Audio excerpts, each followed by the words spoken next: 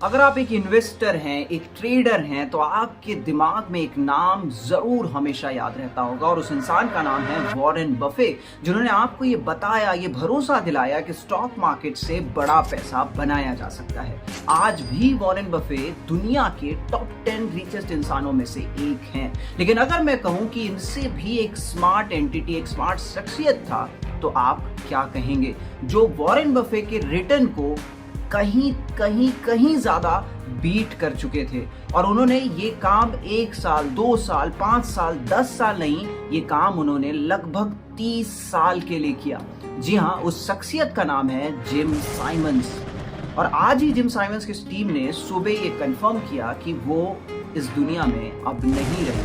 86 के एज में आज उनकी डेथ हो गई। प्रभु उनको अपने श्री चरणों में स्थान दे, लेकिन बहुत कुछ सीखने लायक उन्होंने अपने पीछे छोड़ दिया है। जिम साइमंस जो कि एक मैथ्स के प्रोफेसर थे, उन्होंने MIT में पढ़ाया, उन्होंने हार्वर्ड में पढ़ाया और उसके बाद लेट 40s के अराउंड उन्होंने अपनी स्टॉक मार्केट की जर्नी शुरू करी। अभी हाल फिलहाल में इन्हें MIT में बुलाया गया था और उन्होंने कहा कि the short story of my life is कि I did lot of maths, I made a lot of money, but I almost gave it all away. यानी कि उन्होंने मैथमेटिक्स के सहारे बहुत सारा पैसा कमाया, लेकिन सब लगभग इनकी फाउंडेशन ने बहुत अच्छी जगहों पर, हेल्थ साइंस की जगहों पर इन कमाए हुए पैसों को दान भी कर दिया। अगर मैं आपको इनके कद के बारे में बताऊं, तो अगर जो नए निवेशक है, खास करके इनसे हम पूछेंगे कि आपने सबसे डरावना पीरियड कौन सा देखा स्टॉक मार्केट में, तो इनका एक ही जवाब होगा कि कोविड का जो फॉल था, उससे भयानक हमने स्टॉक मार्केट में कुछ भी नहीं देखा। लेकिन अगर मैं आपको कहूं कि ये जो कोविड का साल था, ये इनके फंड के लिए, यानी कि जिम साइमंस का एक फेमस फंड था जिसका नाम था द मेडेलियन। अगर मैं आपको बताऊं कि द मेडेलियन फंड के लिए सबसे बेस्ट साल अगर कोई रहा तो वो कोविड का दौर था। यानी कि 2020 के साल में इन्होंने 76% का रिटर्न अपने फंड्स में जनरेट किया। जहां पर पूरी दुनिया करेक्शन से परेशान थी, वहां पर जिम साइमंस का फंड 76% का रिटर्न जनरेट किया। और ये ऐसा एक बार नहीं, कई बार करके दिखा चुके हैं। अगर इससे पहले के जो पुराने निवेशक हैं, उनसे हम पूछेंगे कि आपने कौन सा स्टॉक मार्केट का खराब दौर देखा, तो उनके जबान में आएगा कि सब प्राइम क्राइसिस से खराब तो हमने कुछ नहीं देखा था। सब प्राइम क्राइसिस के टाइम इन्होंने 152% का रिटर्न जनरेट किया। अच्छा, इनकी एक खासियत थी कि इनका जो फंड था, यानी कि द मेडेलियन फंड, वहां पर एक्सपेंस रेशियो काफी ज्यादा था। ये बहुत ज़्यादा amount of expense ratio charge करते थे।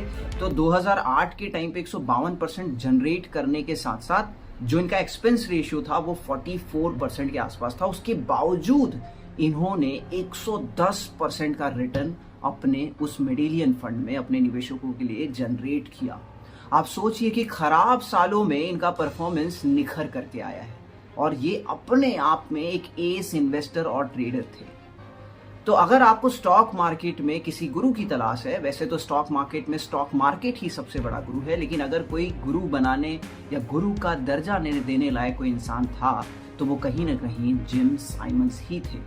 इन्हें क्वांट किंग भी कहा जाता था, क्योंकि ये मैथमेटिक्स के सहारे ही इन्होंने अपना बड़ा पैसा बनाया। इन्होंने कभी भी अपनी टीम में वॉल स्ट्रीट में काम किए हुए लोगों को जगह नहीं दी, बल्कि ये फिजिसिस्ट, साइंटिस्ट, कंप्यूटर साइंस वाले स्टूडेंट्स को अपनी टीम में जगह रख देते थे। इन्होंने मैथमेटिक्स के साथ में एल्गोरिदम बनाया और उस खास ढांचे में चीजों को फिट किया, चाहे वो फंडामेंटल एनालिसिस हो, टेक्निकल एनालिसिस हो या फिर बिहेवियरल फाइनेंस हो। और उसी एल्गोरिदम के सहारे ही इन्होंने अपना सबसे बड़ा पैसा बनाया। और ये अगर मैं आपको बताऊं कि इन्होंने इस चीज को लगातार 30 सालों तक किया और इनका जो CAGR था वो 66% के आसपास था। यानी compounded annual growth rate was 66%।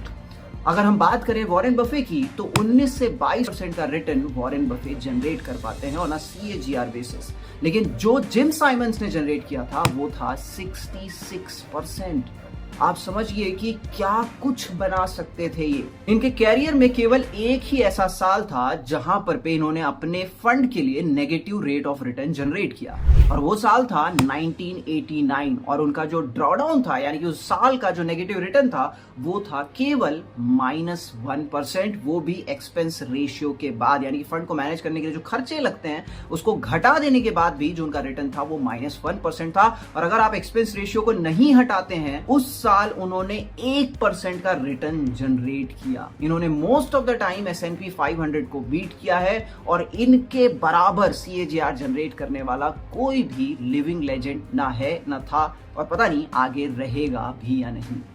तो जाते जाते इनके कुछ उसूलों, कुछ प्रिंसिपल्स के बारे में बात करेंगे कि सबसे पहला प्रिंसिपल उन्होंने बोला था कि do something original, don't go with the pack, यानी कि जो दुनिया करने की कोशिश कर रही है कहीं आप भी उन हसल में फंस करके ना रह जाएं।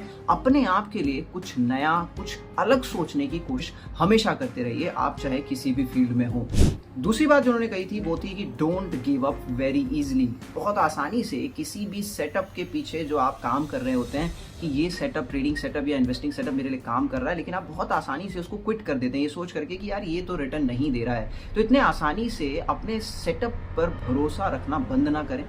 अगर वो गलत है तो डेफिनेटली आपको उससे अलग होना पड़ेगा, छोड़ना पड़ेगा, लेकिन इतने आसानी से अपने सेटअप पर भरोसा करना बंद ना करें। तीसरी बात जो उन्होंने कही थी, जो बहुत सारे लोगों ने भी कही है, कि surround yourself with the best people. अपने इर्द गिर्द अच्छे लोगों को रखिए, और कभी भी उनके ऊपर में रूल करने की कोशिश मत करिए, उनको मैनेज करने की कोशिश मत करिए। आप उन्हें अपना अच्छा काम करने दीजिए, और आप ऑटोमेटिकली उनके साथ रहकर और बेहतर होते चले जाएंगे।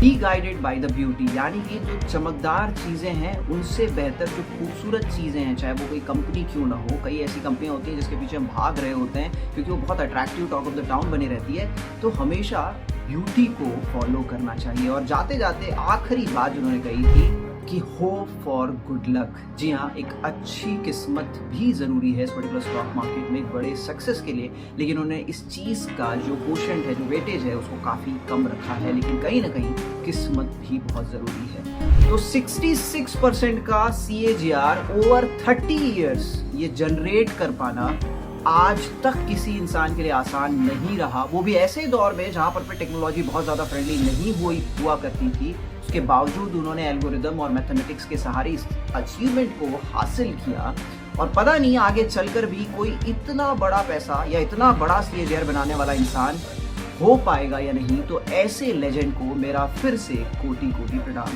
Thank you so much guys for watching this video. आपको अगर कंटेंट अच्छा लगा तो सब्सक्राइब करें हमारे चैनल को, और अपना ख्याल जरूर रखें।